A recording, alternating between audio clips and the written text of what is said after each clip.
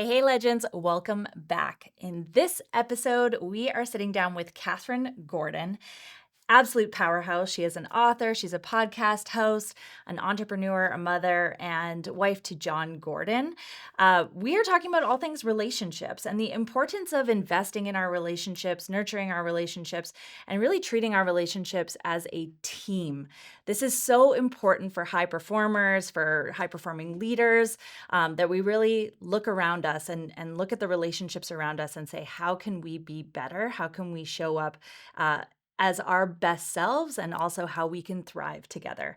Excited for this conversation. We talk all about their book. We've got some important and fun rituals that you can start practicing in your relationship, and I think you're gonna love it. So let's get into it. Let's rock and roll. Let's rock and roll. I love it. Welcome, Kathryn. So Thank excited to have you you. here today, my new friend and soul sister. I loved connecting with you and John at the gathering this past year, and was excited to bring you on to the pod to have a little bit of a different conversation that we typically have on here about brands, but it's really important because, you know, we have a community of high-performing leaders and high-performing brands, and, you know, everything we want to achieve and we want to do in our life is really grounded by our relationships, our home. And I think we underestimate the power of a strong relationship behind a high performer.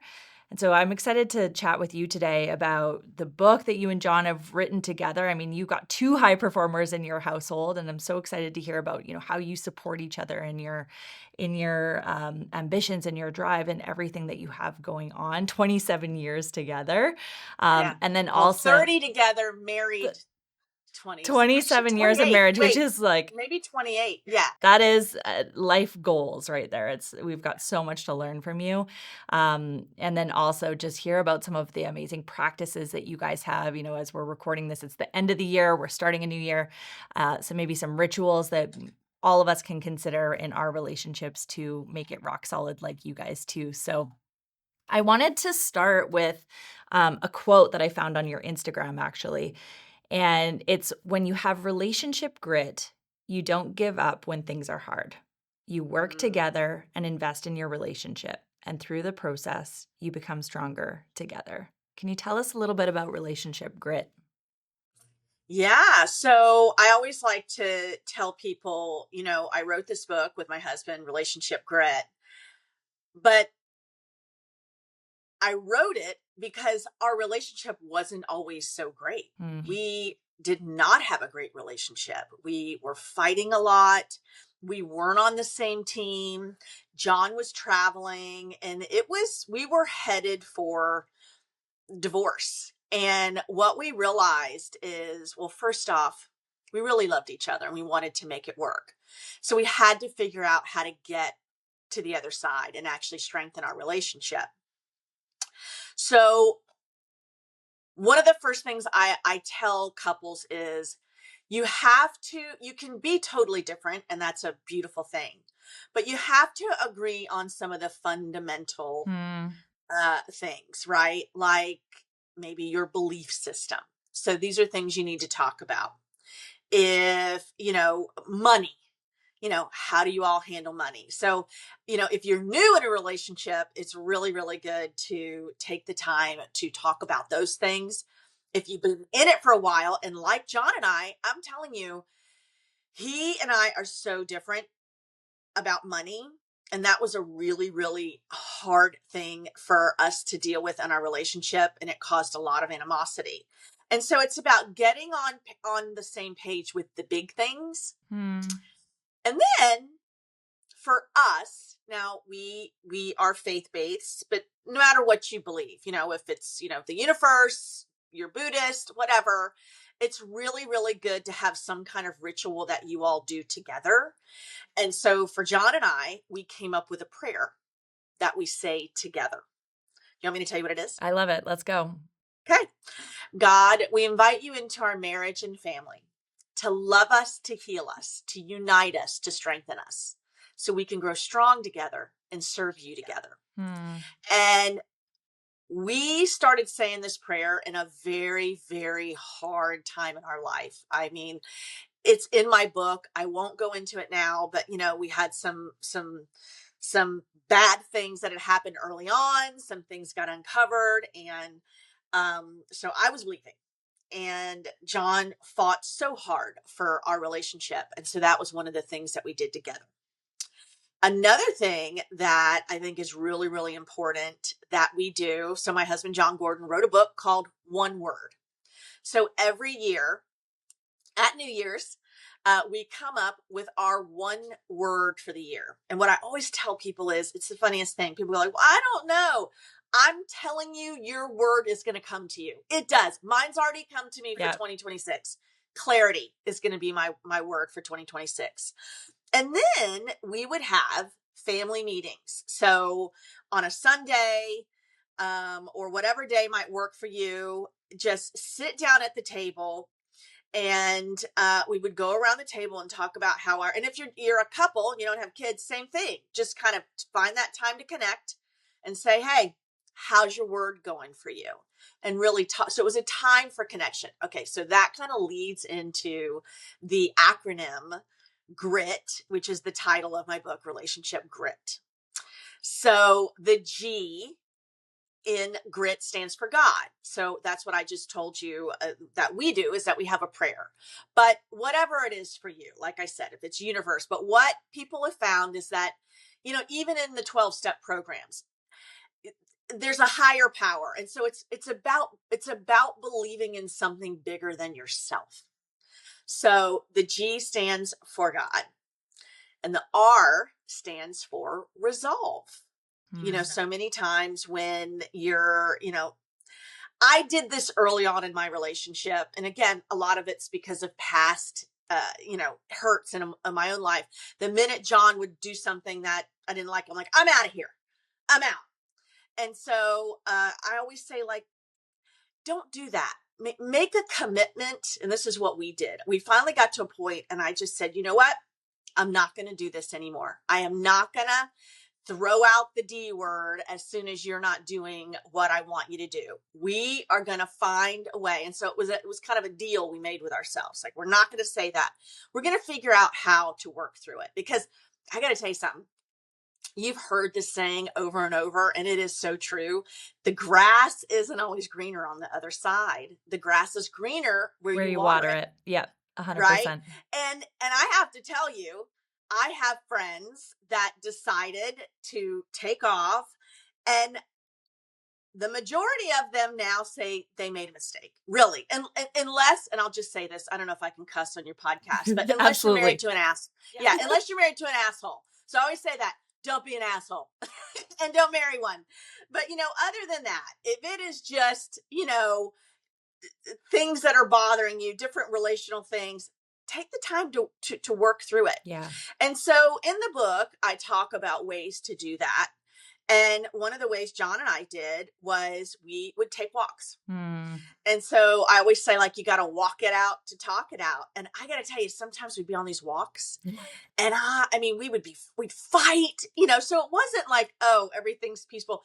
But by the end of the walk, you get to the other side. You've come to a resolution, or just talked it through. So, but find what works for you all as a couple. I love that. For us, it was taking walks. The walk's great because it's like you're moving forward towards something together. I do love that. And what Exactly. you're saying is so powerful, and I'll just pause for a moment because you're really sharing that the foundation of the great relationship is you've got operating principles. Like, this is who we are, this is what we believe, this is how we're fundamentally aligned. And what's cool about it is you sort of treat your relationship like a business. My husband and I do the same thing. We have our relationship meeting every week. We do the word of the year. Like, we had a situation where it was, work was always taking priority, and everything was already always taking priority. The calendar was always full, and we sort of realized, well, hold on a second. Like, as executives and leaders, we are, we set the meetings, we put everything important in the calendar so it gets done. Where are we living in that calendar, right? And I'm hearing a lot of similarities there, that you and John this is the most important thing in your life. So you prioritize it, and we find time for what's important. I got to tell you, I want to speak to that. You're absolutely right. So, another thing that's happened in our relationship is I've started another business. So now I've started a publishing company. And we find ourselves, or I find myself, wanting to talk about business. Mm. John's winding down for the night and he's just getting in. And I'm like, hey, da da da. So we have a kind of a code or a policy that we do now. Tell me, tell me, tell me. I will say right now, I need partner hat, or right now I need husband hat, or, this is that we need business hat. So we separate the two. Yeah, so important. Right. Yeah. So, so that, okay, he knows we're getting ready to talk business. Yeah. Those are But it's important also, boundaries to create.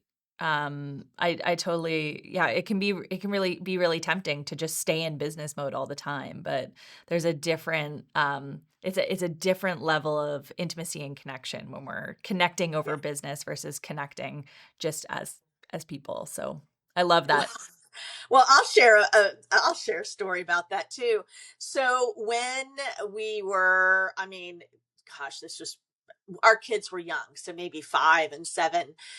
We had some franchises. They were called Moe's Southwest Grill, and so John would go to the restaurants, wiping down tables, doing whatever, and I on the back end would do accounting and things like that. And I'd have like a list of 50 things to do.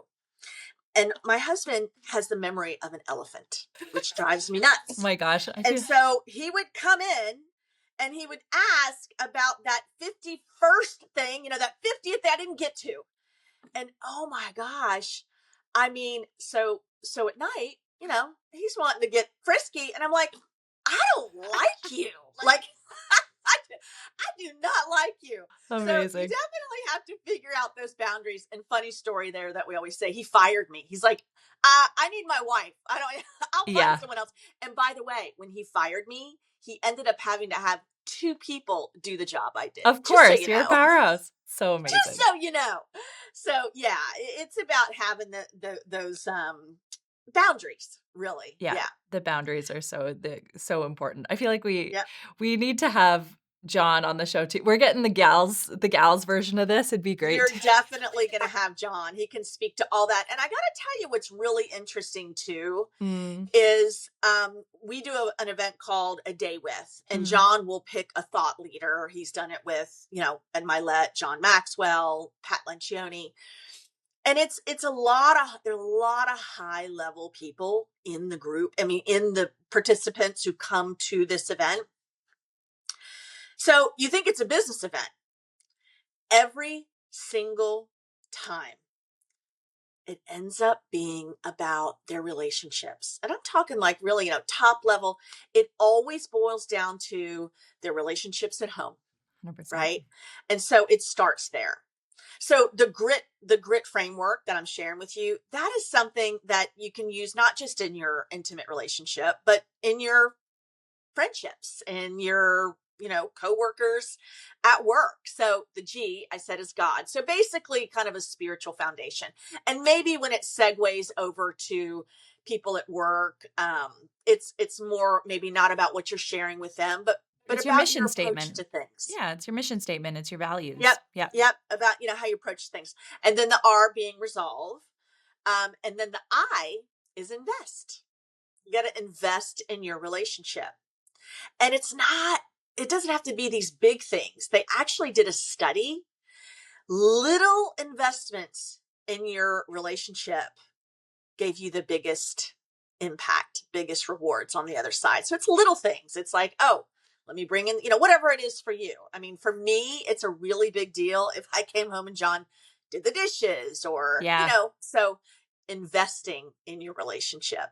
And I got to say something to that too, especially with you're a business person, your husband, same with John and I.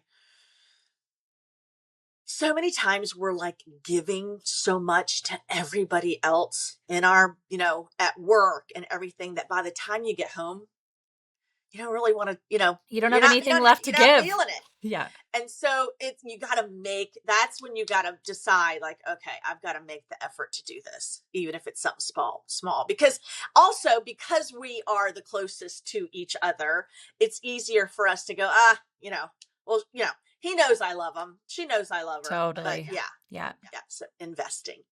And then the T stands for together. And then you might go, well, yeah, but no, like you both have to want to make things work. You both have to invest in the relationship together. And so the other thing, sometimes I think maybe we should have had the T as team, because you have to remember you're on the same team. Because if you're keeping score, nobody wins. Right. And so many times it's like, oh, you did this, pointing the finger. But no, just remember, we're in this together. Yeah, that's a super important point. You can be right or you can be happy. Yep. Yep. Um, it's so valuable, and what you're saying about the investment piece, this is something so valuable to learn is I think obviously you're speaking to love languages, right? So I can tell you're an acts of service gal. Like you make my life easier, take something off my to-do list, take something Yes. off my plate. I'm like, "Oh my gosh, that's Yeah, amazing." I don't care about the Yeah. roses. Wash Don't my buy car. me jewelry. Don't buy me jewelry, but yeah, acts of Yeah. service for sure. Wash Yeah. my car, like, make me coffee, those things, Yeah. and then, James, my husband, he's quality time, so spending time together. So when you understand what your partner's love language is, and there's 4 of them, for those of you that don't know, highly recommend checking it out too. There's, Yep. acts of service, words of affirmation, so, like, actually compliments and things like that, Yep. gifts, and did I miss one? I don't know them all. I thought there were Yeah, 5. anyways, they're great to learn Yeah. because sometimes we can be giving someone roses, but they really want chocolate, and so Yeah. similar to, with our team, it's like, these are the intersect I mean, for some people, they just want to hear they're doing a great job. totally. But this reminds me of something, because I think this is so important too. And I'll tell you a little story about it. And so this was again, probably about 10, 14 years ago when I was raising the kids, and John was flying all over the country. He Yeah, was, Mr. Big Dog. Everybody's hiring him to speak, and I'm home and I'm trying to deal with these kids. And by the way, my kids are adults now. I think you met them. They're really cool, but they were wild back. I mean, it was really, really a hard time in my life. yeah, And this one particular day, um, the kids were running late. John comes strolling into the kitchen looking all handsome in his suit. I'm standing there in my nightgown, my hair's disheveled. And I looked over and I wanted to cut him down so bad. I wanted to, and I just stopped and I realized it was because I wasn't feeling good about myself, right? And I wasn't feeding myself and obviously wasn't getting that from him. But I decided to do something different. And I looked at him and I was like, John Gordon, you look so handsome right now. You just better watch yourself. Those ladies are going to be checking you out. And I got to tell you something, Mandy. The look on his face, it was like a little boy. And he was just like, and I realized, like, oh my gosh, I need to compliment him. And so one of the things that's in the book, and it's a big thing. Matter of fact, I said this on the Today Show. This was during COVID. I said this on the Today Show. It went crazy. And that is, it's very simple, which is, let your spouse hear the best things about themselves from you, yeah, I love that. right? So many times we're like, yeah, no, no, They know, no, no. they know. Yeah. And so I started to give them more compliments, and when I didn't want to. And what ended up happening, it was kind of like a muscle. The more I did it, the easier it was. And guess what? And it was coming back to me. Not that I did it because I was expecting that, but it was amazing how it did transform our relationship. That's so powerful. Changes the energy. It's an energy shifter, right? It's like Yes. we're always investing in the bank account or we're making withdrawals and those little compliments and like words of affirmation, they don't hurt. Love it. Love it. That's exactly right. Yeah. So let's talk about some of the other ways that you operate as a team. Like, how do we keep the team healthy in, just regular maintenance? And then also, how do you keep the team healthy when you're in big sprints and John's on, massive tours for speaking and things like that? And similarly with yourself, tell me a little bit about that. What are the rituals? Take us inside your weekly meeting. Yeah. Yeah. So again, I'm talking about John Gordon. I do love him, but but he does have a quote, and it's one of my favorite quotes. And it is, where there is a void in communication, negativity always fills it. Oof. And it goes down to just connection and communication. So in my book, there's the 4 C's: communicate, connect, commit, and care. And they're so important, but the communication, hands down. So finding a time every week, like the family meeting. But if it's in your business, obviously, like for us, we have our weekly meeting that we're meeting and just talking about what's going on. So that's the most okay. So here's a good thing to ask your spouse, ask the people in your company. Say, on a scale of 1 to 10, how well do I communicate? And Mm. then, what would make it a 10? I You'd be love that surprised. question. Wow. Yeah. Yep. And you'd be surprised, even with your spouse or your partner, your close, they'd be like, well, if you did this. Yeah. So love that question. That's a great question. I'm just gonna be texting everyone today. Yeah. Yeah. Okay, so Yeah. this is so valuable. So, like, how does that show up in the weekly meeting? Like, do you guys have set questions? Is it a set format that you go through? How is this an opportunity to communicate and connect better? Are you talking about us as a couple or in our companies? As a couple. Okay. As a couple, it's really, how are you feeling? Mhm. What's going on, talking about what's going on. Again, how can I support you? I love that Um, question. Asking how your words going. And then John and I, again, because faith is an important part of our life, normally one of us will have something we're reading that's, you know, like, and John sends out a newsletter. So sometimes it's even what John writes, which, it's just something to get you thinking deeper, and ways to grow. So it might be something that's impacted me or him. So yeah. And just in that way. And again, when things are really really busy, we haven't had to do this in a long time, but there was a time when we were scheduling times just to be intimate because there was so much going on. It's like, okay, let's meet here and do, so it's like whatever works for you. But yeah, making sure you are connecting and communicating. Mm. Yeah. I love that. So So, go ahead. go ahead.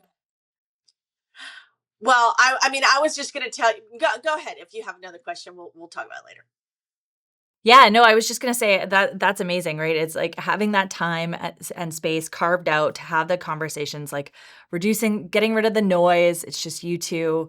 I think that's so valuable. I'm curious for you, when things are crazy, how do you maintain that? And if you guys aren't together, do you still make time for a call? Or maybe you've got an example of when you missed these meetings, how that builds up or impacts you? Yeah. Um, yeah. So, so there was a time when we weren't communicating. It was a really, really hard time for me. And again, he was out traveling all over the country, and we have our 2 kids, and my daughter was failing in math, and it was a really important time where um, she was a lacrosse player and she wanted to get recruited by a college, and they start looking at you in the ninth grade. And so we weren't talking a lot. There was so much happening. And John says, she just needs to bring her grades up. And I finally just said, so this is part of communication. I go, you got to come home. You've got to stop traveling. Like right now, Mm. I need you at home. So, one of the things to remember as a couple is it's not about balance, especially if you're an entrepreneur, or especially if you're a go getter. There's not balance. I mean, there's times of like intense work, probably when you're preparing for, the gathering, but it's a cadence, right? It's a season. So, it's about figuring out what those seasons are for each of you. And in that season for me, when I just described me finally saying like, you got to come home. It wasn't forever, but I'm like, I need your help at home. And you know what he said to me? He goes, okay, I'll come home and do your job for you. Yeah. Oof. Okay. So how did we Yep. So repair from that? let me tell you how that went. I got to tell you, I was so stressed out that I actually said, and normally I'm a fighter. Normally I'd have just like went back at him, but I went, okay. Hmm. And he came home. This is funny. He came home, and the first month he was driving the kids to school. Oh, and you could tell he was like, this is odd. Like, what is wrong with her? This is, No but problem. I got it. by the second month, it's a grind. So it's not so much about what the situation may be, but when you're in the daily grind of things, there might be a time when you need some help. And so it was so funny. At what he finally realized was he didn't need a different team. He needed to be a better leader. Hmm. And so that was really when we decided, okay, that's more of when the family meetings became ultra important to us. So yeah, yeah, yeah. He wasn't great. I'm just telling you. And that's why sometimes I look back now and I'm like, wow, Yeah. how did we do it? But I do feel like we got to the other side for a reason. And that is to be able to share with other people, like, if you really love each other, you can work this out. There's things you can do to work it out. It's just sometimes, and especially when you're coming from different backgrounds, and like I came from a family that fought, but like out loud, screaming, fighting. But you wake up in the morning, how's it going? Drink your coffee. Everything was fine. John lived, grew up in a family where everything was a secret. It was Mm, all, and everybody knew the secrets that everybody wasn't supposed to know. Like it was this whole thing, and nobody confronted each other. So, just different when so when you come together, you got to figure out how to do it. Right. Yeah. totally. Yeah, Yeah. that's so valuable. And what an important conversation to have within the team of roles and understanding each side of the street, right? Because, you know, it's pretty easy to judge and say, "Oh, well, that looks pretty easy." Or, the traditional marriage where it's like one person is out, taking care of business and the other one's at home, and to really respect each other and to be able to sit in both sides and be like, "Oh, wow, I couldn't actually do what you do," or "Now I understand what you do." I think that creates such an impactful connection as well. So, And I will tell you, I have found, um, because nowadays, I mean, obviously, like I have a lot of friends who actually they women who make more money than their husband, right? They're the breadwinners. yeah. But I do find, even still, just the nature of being the woman, which is normally the nurturer, Mhm. it still always falls on them a lot of times to fill those Those roles. Does roles, that yeah. make sense? Yeah, totally. And that in itself can be a problem because there's a lot going on. And so again, it's about acknowledging that, and agreeing on, hey, I'm going to do this or I'm going to cover that. But I do find I hear that a lot. Like, even though I've got one girlfriend, I mean, she's like running a multi-million dollar business. She is still the one that has to go pick up her kids at school if they're sick. Like if her nanny can't do it or a babysitter. And it's just the way it is. So it's about having that understanding. Totally. Yeah. So 30 years together, 27 years married. I mean, this is not common. Like the world that we live in now, the numbers aren't good. Most relationships don't actually end happily ever after. But you guys have really written a great playbook together and have come together as a team. And I am sure that over the last 27 years, you've had a lot of difficult conversations and uncomfortable conversations and had to reset and come back, because strong relationships are not about perfection. I want to read another one of your quotes just to talk about how we sort of navigate uncomfortable conversations and especially arguments, because this is normal. It's going to come up. You said the strongest relationships aren't about winning arguments. They're about winning hearts, choosing love over ego, understanding that pride and connection over being right. Be careful not to win the battle, but lose the war. Let's talk about this. We shared it a little bit earlier, like you can be right or you can be happy. And I think that really shows up here. So tell me a little bit about this. Well, that's it. I mean, exactly what the quote is that at the end of the day, what hill are you going to die on? And there are just some things that aren't worth it. I mean, there are definitely times where John and I do not agree on the same thing in business or the home or, with kids, but it really is about sitting back and saying, okay, you know, he has his idea and I have mine. Is this worth fighting for? And really thinking about it. And, again, it kind of goes back to really how you grew up and trying to break some of that. Because what am I trying to say? Sometimes you find yourself getting into these patterns of no matter what, you have to be right. Let's just say it like that. Or maybe nobody heard you in your life. And so now it's about, exerting that and making sure at the end of the day, what's more important? You two getting along or being right. Yeah. So, and I'm going to tell you, like John would probably say, he acquiesced to me more than I do him. It's not true, but I'm just kidding. Like who says But yeah, who says I'm sorry first? yeah. And so you're saying, like, how do you do that? I Yeah. think it's just that, like anything else, just communication, just talking it through.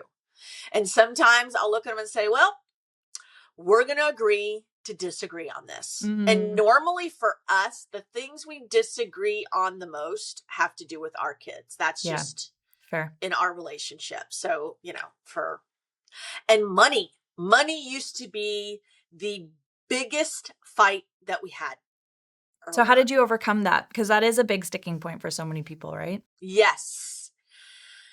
Well, it's funny you asked that question because at the time, um, this this was before there was like the big crash. It's probably way earlier than your time, Mandy, but like 2008, the big crash. But everybody in my neighborhood, they were getting these big, beautiful SUVs, and they were buying these bigger houses across the way. And I would go to John. I'm like, John, we need to buy a better car. We need to, and he was so adamant. We do not buy anything that we cannot afford. We don't take out debt. To this day, he's still like that. And I'll be honest, I was kind of resentful. I'm like, Mm. I want a better car. But I gotta tell you, the craziest thing happened. Like, and no, and no, not that I am happy about it happening to those people, but so many of them, when the whole .com crash happened, Mm-hmm. they lost their houses because they were so Leveraged. over. Yeah. Yes. And so we kind of did this slow where, like a lot of people were doing this, and I had envy. I'm just gonna tell you, I was envious. I wanted those things.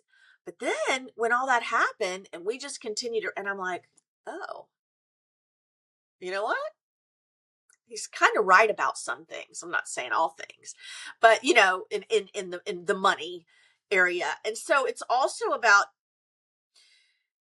being open to understanding your partner's thought process on money, right? On, how they think about it. Some of it might make sense and then some of it may not. And again, it's about coming to to an agreement together to say, okay, you know, but I learned a lot from John. It's so funny. So John, as much as he is funny about money, I'm a little money spender, meaning lunches. This is us Mm. early on, lunches and things like that. But then he wasn't. But then he'd turn around and he'll make a big purchase. Does that make Yeah. sense? It Oh was yeah. like, You're like $100 here, $100 here, $200 yes, here, but he's like, I just dropped 100 G's. Yeah. right. And so it was interesting to see that. So Yeah. it's, again, these are great things, especially if you're early on in your Totally. relationship to start figuring out. But again, I mean, I know couples that have been married 30 years like us and they still fight about it. So Yeah. it's making a concerted effort to say, hey, how are we going to come together? It's so funny. Like our personal relationships are just the opportunity for us to do all this personal work, right? Because how we communicate, how we handle conflict, how we deal with money, it's all the things that were modeled to us as we grew up. And so then we're in these relationships and sometimes those two things conflict. So we have to really be able to put it on the table and, communication, communication, communication. That's what I'm hearing from you over and over again. It's really the key for long-term success. So it's so valuable. It's not always You doesn't always grow. feel good. No, but you do grow the most Yeah. in a relationship, Totally. Yeah, right? You do grow the most if you don't stay with that person. I'm sure you can look back at some of your exes and think you learned something. absolutely. Yeah, Yep. yeah, so Yep. powerful. Yep. Yeah, and I'm curious what work you do independently and then what you do together with John and what you do as a team, and how that's evolved over the years because I remember someone always shared with me, or someone shared with me one time that was, a strong relationship is two strong independent people coming together and then they make each other better. Do you agree with that? I agree with that, at least for us. 1,000%. I mean, we are two very strong. It is sometimes I even wonder how we do make it together because we're both so strong and independent what we do. But early on it worked for us. I mean, even we laugh about this because we'll go into a party or an event. John goes one way, I go, like, I don't have to be near next to him. But again, if you do, like, if there's somebody and that's, because also some people might be shy. I mean, there's other personality things in there. But for us, it's just what worked for us was us doing our own thing and then coming back together and having that time. And so again, it's the cadence and figuring it out.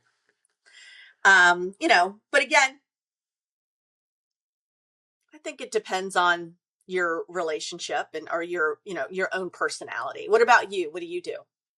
Yeah, I think for us it's definitely, I mean, James and I are kind of the same. When I was sitting having dinner with you and John, I was like, I feel like I'm looking at my future. So Yeah. we could Yeah. very similar.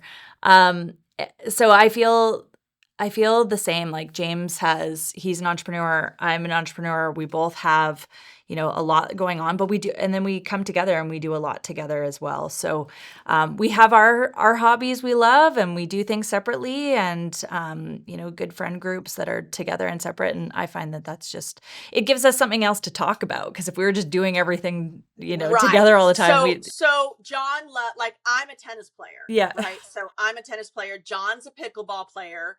So that's something you guys play golf. Now that's something you do together, but Yes, I'm we love sure, that. Yeah, you might go do lessons on your own yeah. or it might be something else. So yeah.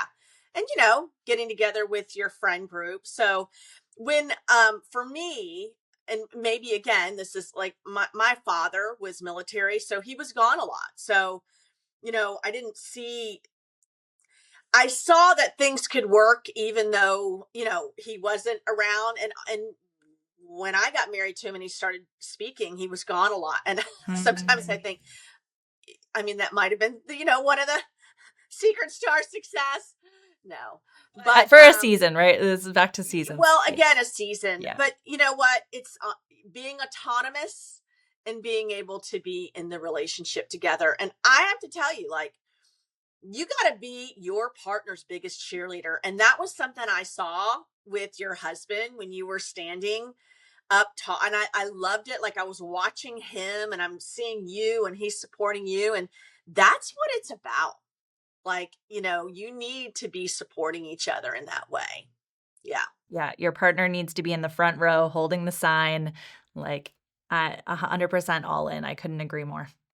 Yep. So moving into the new year, I think I would like to just suggest some things if Yes, you're give not us doing them give us the already. tips. If someone is, like, absolutely inspired by this, they wanna work on their relationship, they want a healthy, happy home, give us the tips. Should we Oh, you start? know what? I have it's free. It really should be a whole course. It's an action plan that's on my website, We'll kathrynforreal.com. link that below for everyone to get a hold of. Yeah. Yes. And if you can't find it, email me, Kathryn at kathrynforreal.com.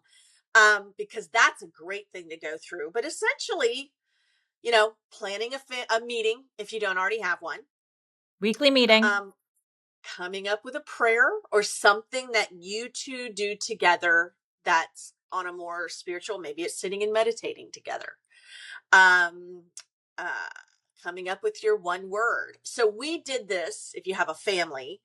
We also have a family mission statement. Hmm, So the Gordons love, honor, and serve God in all that they do. So hmm. that's our mission statement. So that'd be Simple. something, and we'll say that like sometimes our kids, would be fighting, whatever. We'd be like, is that honoring God? So again, whatever your spiritual or, faith belief is.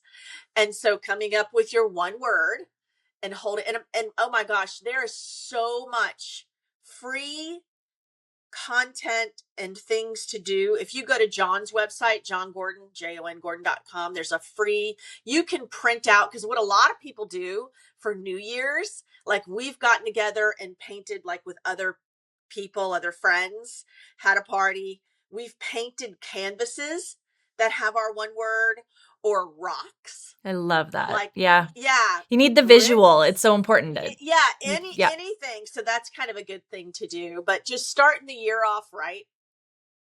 Yeah. So have a meeting with your partner. Say, what are some of the rituals? What are some of the grounding things? What are some of the things we can do to, prioritize us as a team? Put it in the calendar, make it fun, make it memorable, make it visual. I think there's lots there that is really inspiring. And, you know, working on our relationship will always pay off in so many other ways because when you don't and things blow up, everything suffers and everything gets impacted. Your work, your energy, your sleep, just how you can show up. And I know all of us want to show up as our best selves in everything that we do in our brand and our leadership and our teams and our lives. And that really comes down to our relationships, the quality of our relationships, and specifically, our partner and who we're choosing our life with. So this has been so valuable to talk to you, Kathryn, and I know we'll have you and John back, and we'll get John's insight on this too. But it's been so fun to chat. Before I let you sign off, please tell us how can we learn more about Kathryn? I know you got your own podcast. Everyone can pick up a copy of Relationship Grit as well. You guys are so vulnerable and real in this book. It's so great. But where Yeah. can we direct people to? Yeah. Kathryn Gordon on Instagram. But I did just start a publishing company. That's what I was telling you about. So if anybody wants to write a book or just talk about it, go to gordonpublishing.com and fill out the intake form. I read it. I'll reach out to you. But yeah, I think at Kathryn Gordon on Instagram. I'm not doing my podcast right now. I put it on hold probably a year ago. I'll probably definitely get back to it, but I just haven't had time. There's so many So resources there, though. I was listening to it the other day, and it's just like it's a library. You and John both, between the two of you, there's a wealth of resources and conversations and downloads and tools and action plans and all the things. So highly yes, and recommend you walk your way over to Kathryn's website and get yourself something. and lots of free stuff, Yeah, it's lots of free awesome. stuff. And always, and I'll be glad, just email me at Kathryn@kathrynforreal.com. and I will send you. If you tell me what's going on, I'll see how I can send you something that'll help you. Your own concierge service. Look at that. And you know what? I got goosebumps when you shared about the publishing company, and there's someone listening that's like, "Ooh, I've been thinking about writing a book." Oh, so that's Yeah. amazing. No, and I've been putting together a lot of tools just to help people with that. Yep. And even if we're not the right fit, and we're not the right fit for everybody, people need different things. Oh, I did just start a children's division too, so it's called Gordon Amazing. Kids. So anyway, I'd be glad to help any way I can, even if it's not a fit for me. I have other publishing companies that I can refer to or give best advice on that. So Thank you so much, Kathryn. You love just to have help. such a generous heart. I appreciate you. You're welcome. Thank you, Mandy. Thank you.